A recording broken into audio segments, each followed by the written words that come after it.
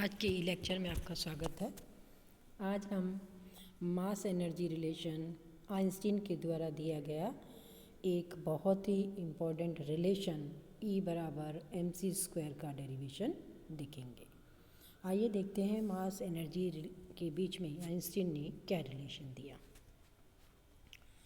Einstein ने अपने relativity के सिद्धांत से एक ऐतिहासिक विचारधारा प्रस्तुत की कि द्रव्यमान और ऊर्जा एक ही भौतिक राशि के दो अलग अलग रूप हैं। द्रव्यमान और ऊर्जा एक भौतिक राशि के दो अलग अलग रूप हैं। इसका क्या मतलब हुआ? द्रव्यमान भी ऊर्जा का एक रूप है। उपयुक्त अवस्था में किसी भी पिंड में विद्यमान ऊर्जा को द्रव्यमान में और इसके विपरीत किसी पिंड के द्रव्यमान को ऊर्जा में रूपांतरित किया जा सकता है। अतः द्रव्यमान तथा ऊर्जा एक दूसरे के तुल्य होते हैं। ये आइंस्टीन के द्वारा दिया गया एक बहुत ही महत्वपूर्ण कंसेप्ट है। द्रव्यमान और ऊर्जा एक दूसरे के तुल्य होते हैं। आइंस्टीन ने अपने फर्स्ट पोस्टुलेट्स के अनुसार भौतिक घटनाओं से संबंध सभी नियम परस्पर नियत वेग से गतिशील निर्देश तंत्रों में समान होते हैं, ये बताया। उनका प्रथम पोस्टुलेट से था। अतः न्यूटन का द्वितीय नियम और कार्य ऊर्जा प्रमेय दोनों ही नियत सापेक्ष वेग से गतिशील निर्देश तंत्रों में वैलिड होगी। उनके प्रथम पोस्टुलेट्स के हिसाब से क्या होना चाहिए? न्यूटन का सेकंड नियम भी और कार्य ऊर्जा प्रमेय जो है, थ्योरम जो है, वो भी नियत सापेक्ष वेग से गतिशील निर्देश तंत्रों के लिए वैलिड होनी चाहिए। आइए इसकी वैलिडिटी के बारे में देखते हैं। देखिए, सबसे पहले तो कार्य ऊर्जा प्रमेय क्या है? कार्य ऊर्जा प्रमेय से कण गतिज ऊर्जा में वृद्धि कण पर किए गए कार्य के बराबर होती है। आप इसे 12th क्लास में भली भांति पढ़कर आए हैं। कार्य ऊर्जा प्रमेय हो सकता है आपने 11th क्लास में ही इस टॉपिक को पढ़ा हो। DE के बराबर DW बराबर FDX के बराबर है। न्यूटन के द्वितीय नियम से भी आप परिचित हैं। F बराबर D/dt mv, चेंज मोमेंटम का टाइम के सापेक्ष चेंज जो है वो फोर्स कहलाता है। तो F बराबर D/dt mv के।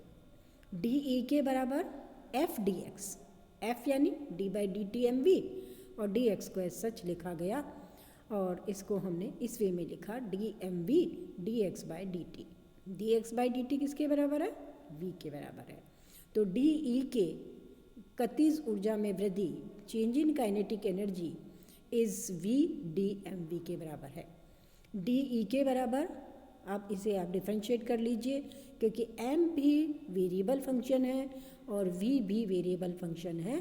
तो DE के बराबर mv dv plus v² dm। इस इक्वेशन रिलेशन हमने 1 को बना के रखा हुआ है। अब हम नए सिरे से स्टार्ट कर रहे हैं। हमें एक और रिलेशन मालूम है कि v वेग से गतिशील कण का द्रव्यमान m बराबर m0 1 - v²/c² के बराबर होता है, जहाँ m0 कण का विराम द्रव्यमान है। इसका स्क्वायर कर लीजिए और इसे इस वे में जमा लीजिए। m² - m² v²/c² बराबर m0² के। अब एलसीएम ले लीजिए इसका। m² c² बराबर m0² c² plus m² v² के। इसका डिफरेंशिएट करते हैं हम। इसको डिफरेंशिएट करेंगे तो वेरिएबल कौन कौन से हैं? c वेरिएबल नहीं है, लेकिन m भी वेरिएबल है और v भी वेरिएबल है। m0 भी वेरिएबल नहीं है। तो डिफरेंशिएट कर लीजिए 2mc² dm। क्योंकि m0 वेरिएबल नहीं है तो इसका डिफरेंशिएशन c² भी नहीं है, इसका डिफरेंशिएशन 0 आया। m² v² के दो डिफरेंशिएशन किए गए। इसमें v² को m² को वेरिएबल मानते हुए, फर्स्ट u मानते हुए, तो 2mu² v dv plus 2v² m dv के बराबर है। यहाँ से 2 फैक्टर आप देख रहे हो सब में कॉमन है, m फैक्टर भी कॉमन है। इनको हटा लीजिए, कैंसिल आउट कर लीजिए। तो c² dm किसके बराबर है? mv dv v² dm। Equation 2। Equation 1 में आपने क्या देखा था? mv dv plus v² dv यानी राइट हैंड साइड। इक्वेशन 1 की राइट हैंड साइड और इक्वेशन 2 की राइट हैंड साइड बराबर है, तो इसीलिए लेफ्ट हैंड साइड बराबर होगी। तो इक्वेशन 1 व 2 की तुलना करने पर DE के बराबर c² dm की है। जब कण को विराम अवस्था से v वेग से गति दी जाती है तो कण का द्रव्यमान m0 से m तक बढ़ जाता है तथा काइनेटिक एनर्जी 0 से E तक बढ़ जाती है। तो समीकरण 3 का अवकलन कर रहे हैं हम। तो अवकलन करने पे हमें लिमिट चाहिए। तो लिमिट क्या है, वेरिएशन हो रहा है EK में 0 से EK तक और DM में वेरिएशन हो रहा है m0 से m तक, मास में वेरिएशन हो रहा है। इसे इंटीग्रेट कर लीजिए तो EK बराबर c² m माइनस m0 के बराबर है। इक्वेशन नंबर 4 से इस रिलेशन को दिया जा रहा है। चूँकि कण का की कुल ऊर्जा E उसके विराम ऊर्जा m0 c² तथा काइनेटिक ऊर्जा के योग के तुल्य होती है, ये हम जानते हैं। E बराबर किसके है, m0 square c² plus EK के बराबर है। अभी हमने EK निकाल के रखा हुआ है, इस EK को यहाँ पे सब्स्टिट्यूट कर दीजिए। तो EK को जब आप सब्स्टिट्यूट करेंगे तो m0 c² plus m c² minus m0 c², तो आप देखेंगे m0 c² फैक्टर कैंसिल हो जाता है। रिजल्टेंट क्या बचता है, E बराबर mc²। ये आइंस्टीन के द्वारा दिया गया एक बहुत ही मुख्य रिलेशन है, एनर्जी मास रिलेशन के नाम से इसे जाना जाता है। E बराबर mc², इक्वेशन 5 के द्वारा इस रिलेशन को बताया हुआ है। आइए और चर्चा करते हैं। यह समीकरण आइंस्टीन का द्रव्यमान ऊर्जा संबंध कहलाता है।